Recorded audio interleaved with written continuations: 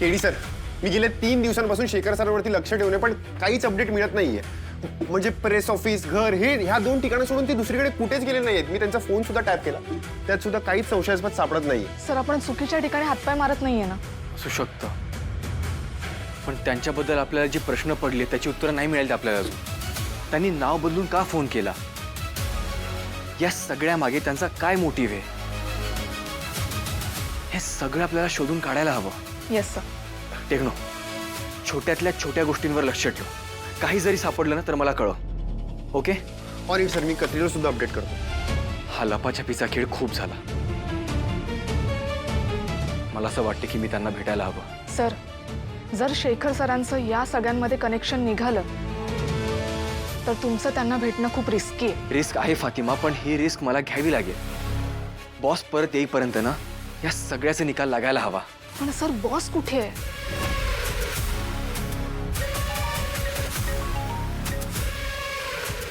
एक मिनिट, मला हा कॉल घ्यावा लागेल. ओके. तू करत राहा, काही मिळालं तर मला सांग. ओके, मी आलोच.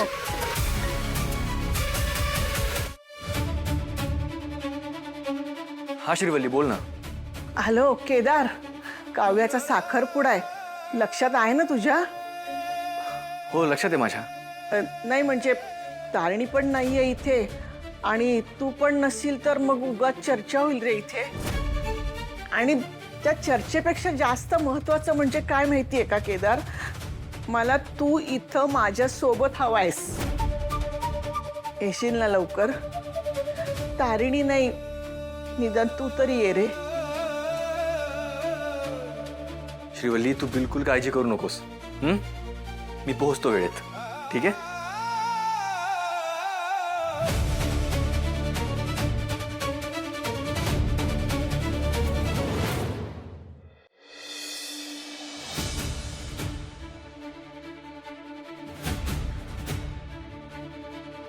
अटारी वाघा बॉर्डर, भारत पाकिस्तानची सीमा. 79 वर्षांपूर्वी एक रेष उभारली गेली, पण त्या रेषेबरोबर फक्त भारताचीच फाळणी नाही झाली तर माणसांची झाली. त्यांना आपले विचार पटत नाही, मग आपणही मागे हटायची नाही.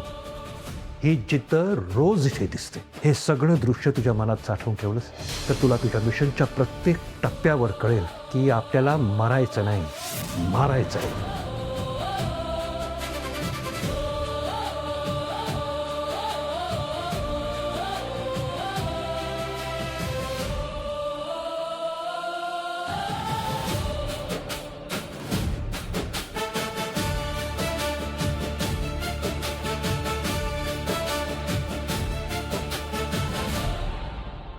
वेदमंत्राहून आम्हा वंद्य वंदे मातरम, वंद्य वंदे मातरम.